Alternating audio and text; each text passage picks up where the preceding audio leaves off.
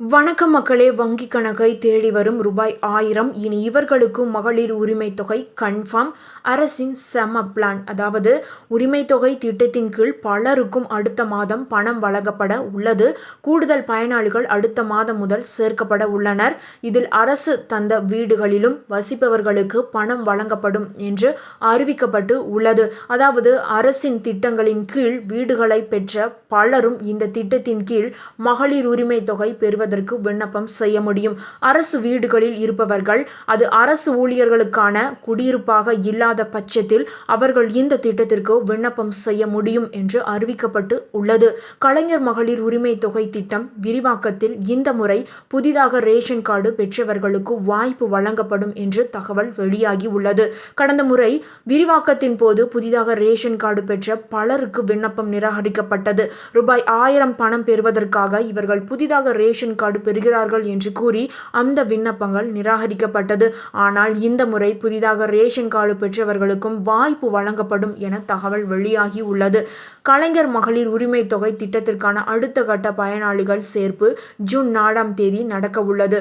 தமிழ்நாடு முழுக்க இதற்கான கேம்புகள் அமைக்கப்பட உள்ளன. மொத்தமாக 9000 இடங்களில் இதற்கான கேம்புகள் அமைக்கப்பட உள்ளன.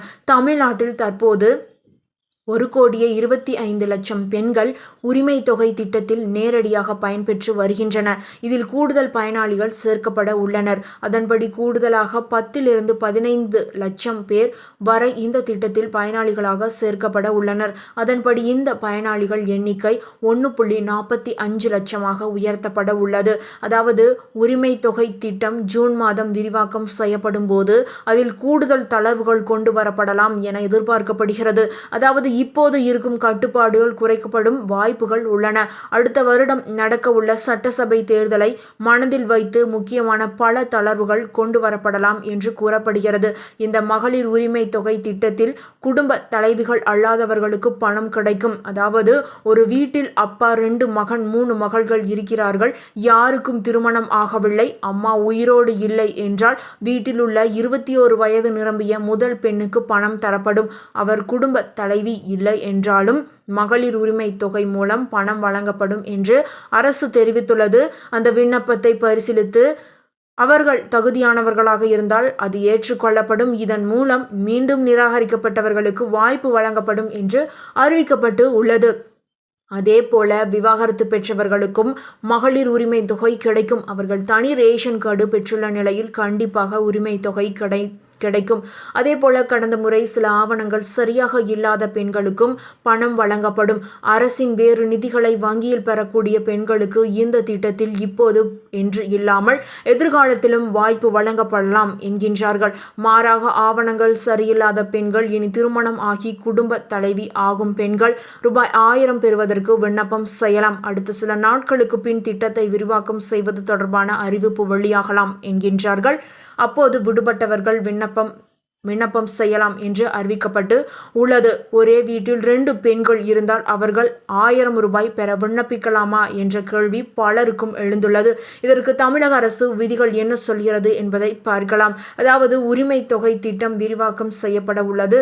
இதனால் பலரும் தங்கள் ரேஷன் கார்டுகளை மாற்றம் செய்ய தொடங்கியுள்ளனர். உதாரணமாக உங்கள் வீட்டில் ஒரு பாட்டி இருக்கலாம், அவர்கள் பென்ஷன் வாங்கலாம். இதனால் வீட்டில் உள்ள மருமகள்களுக்கு மகளிர் உரிமை தொகை கிடைக்காமல் போகலாம் என்ற அச்சம் ஏற்படலாம். இதனால் பலர் வீடுகளில் பாட்டிகளின் பெயர்களை ரேஷனில் இருந்து நீக்க தொடங்கியுள்ளனர். ஆனால் உங்கள் வீட்டில் எத்தனை பெண்கள் அரசின் பென்ஷன் வாங்கினாலும் பிரச்சனையே கிடையாது. அந்த ரேஷன் அட்டையில் குடும்ப தலைவி யாரோ அவருக்கு மகளிர் உரிமை தொகை வழங்க முடியும். அவர்கள் மகளிர் உரிமை தொகைக்கு விண்ணப்பிக்கலாம்.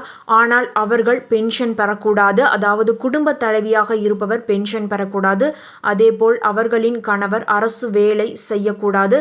மற்றபடி ஒரே வீட்டில் பல பெண்கள் இருந்தாலும் அவர்கள் எல்லாம் பென்ஷன் பெற்றாலும் குடும்ப தலைவி என்ற பெயரில் உள்ள பெண்ணுக்கு பணம் வழங்கப்படும் என்று அரசு தரப்பில் தெரிவிக்கப்பட்டுள்ளது. இந்த ஒரு தகவல் உங்களுக்கு பயனுள்ளதாக இருந்தால் மறக்காம இந்த வீடியோவை உங்களுடைய ஃப்ரெண்ட்ஸ் அண்ட் ஃபேமிலிக்கு ஷேர் பண்ணி விட்டுருங்க. இது போன்ற பயனுள்ள தகவல்களை மேலும் தெரிந்து கொள்ள நம்மளுடைய குட்டி இன்ஃபோ சேனலை மறக்காம சப்ஸ்கிரைப் பண்ணிக்கோங்க. நன்றி.